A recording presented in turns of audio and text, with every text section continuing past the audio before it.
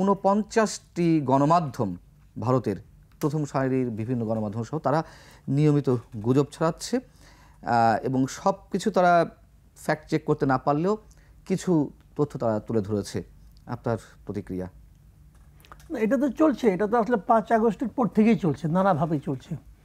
এবং এটা আপনি তো আপনি গণমাধ্যম বললেন, যেগুলো কি মেইন স্ট্রিম মিডিয়া আর কি, এর বাইরে সোশ্যাল মিডিয়াতেও চলছে। সোশ্যাল মিডিয়ায় দেখলাম একটা আপনার এই ধরনের মানে ওই ফ্যাক্ট চেকে কালকে দেখলাম যে চট্টগ্রামে নাকি কোথায় মেয়েদেরকে ধর্ষণ করে তারপরে মৃতদেহ ফেলে রাখা হয়েছে, শিশুদের, মেয়েদের। ওরা ফ্যাক্ট চেক করে বললো ওটা ভারতের একটা মানে আপনার বাস দুর্ঘটনায় যে নারী, পুরুষরা এবং শিশুরা মারা গেছিলো ওটার ছবি। একটা ছবি দেখলাম আপনার এরকম যে এই হিন্দুদের ধরে ধরে মারা হচ্ছে, ওটা তারা বললো ওটা নাকি শেরপুরে, আমাদের শেরপুরে কোনো এক পীরের দরগা, ওখানে মারামারি হয়েছিল, ওই ছবিটা দিয়েছে।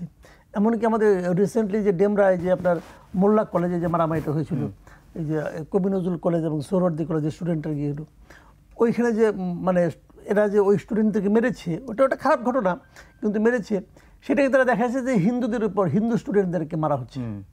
তো এখন ছবিতে যখন একটা মানুষকে মারতে দেখা যায়, যে মার খায়, তার গায়ে তো লেখা থাকে না হিন্দু না মুসলমান, লেখা তো থাকে না, তো এখন বলে দিল হিন্দু।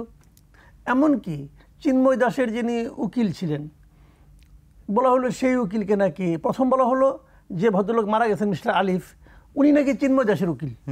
এই ধরনের কিন্তু ওরা রিউমার ছড়িয়েছিল।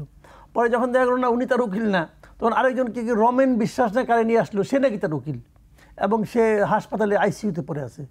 পরে দেখা গেল যে না, রমেন বিশ্বাস আহতই হয় না, সে মানে এই নামে কোনো নামই নাই আসলে, বেসিক্যালি ওনার উকিলের নাম অন্য একজন উকিল, তো উনি আহত হন না, সুস্থই আছেন।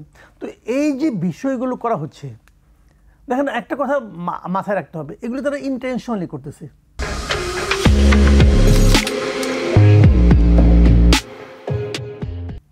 এরকম মনে করার কোনো কারণ নাই, ওনারা বুঝে না বলে করতেছে। ইন্টেনশনটা কোথায় সেটা আপনাকে আগে বুঝতে হবে। ইন্টেনশনটা হলো দুটো ঘটনা এখানে কাজ করে।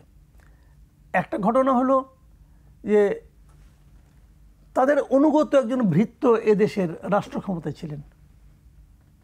কারণ আপনার বাসায় ধরেন, আমি একটা উদাহরণ দেবো, আপনার বাসায় একজন খুব আপনার বিশ্বস্ত একজন ভৃত্য আছে, তাকাইলেই বুঝে যে স্যার চা চায়, আপনি চা চাইলে তার সে এক গ্লাস পানিও সে দেয়, একটা বিস্কুটও দেয়, তো আপনি তাকে ভালো লাগবে না?